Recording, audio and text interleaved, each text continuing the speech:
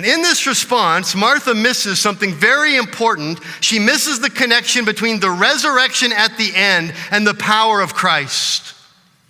She knows that Lazarus will rise again on the last day, but for her at this moment, that almost seems like an impersonal, irrelevant reality, an event that happens automatically, an event that is disconnected from Christ.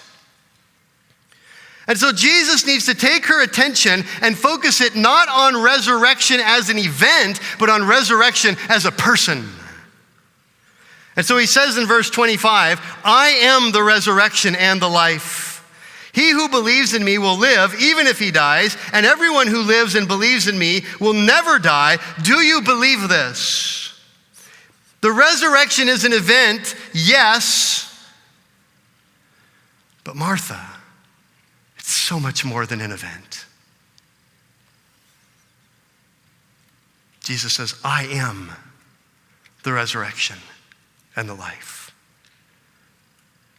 Jesus has the power over life. Jesus has the power over death.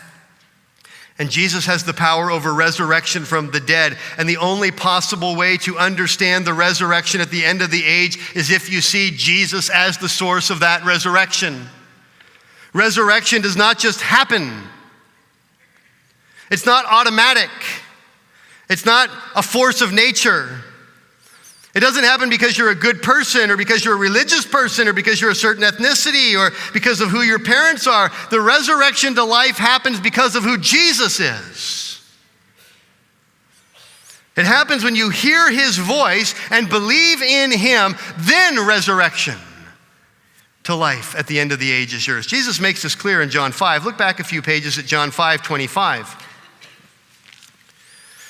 John 5:25, Jesus says, truly, truly, I say to you, an hour is coming and now is when the dead will hear the voice of the Son of God, and those who hear will live. Where does resurrection come from? It comes from Jesus.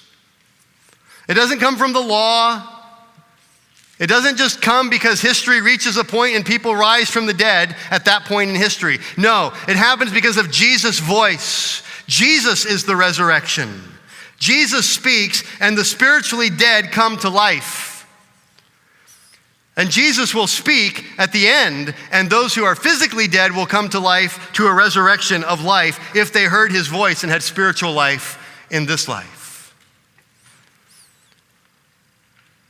Everyone who has ever lived and died will be raised from the dead. Everyone. But only those who have heard the voice of Jesus before the tomb will be raised to a resurrection of life. Everyone else will be raised to a resurrection of condemnation.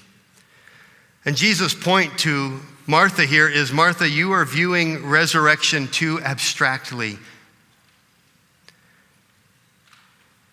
Stop thinking about resurrection as an event and start thinking about resurrection and life as a person.